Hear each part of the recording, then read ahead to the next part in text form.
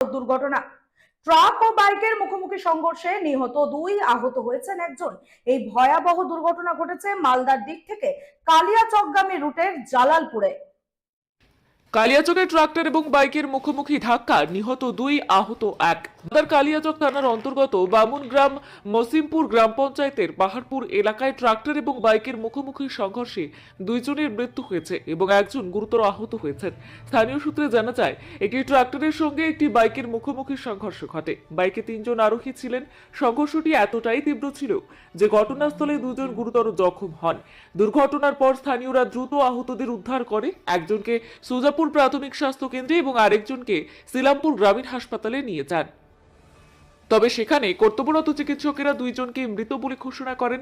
অপর আহত ব্যক্তিকে গুরুতর অবস্থায় মালদা মেডিকেল কলেজ হাসপাতালে রেফার করা হয়েছে।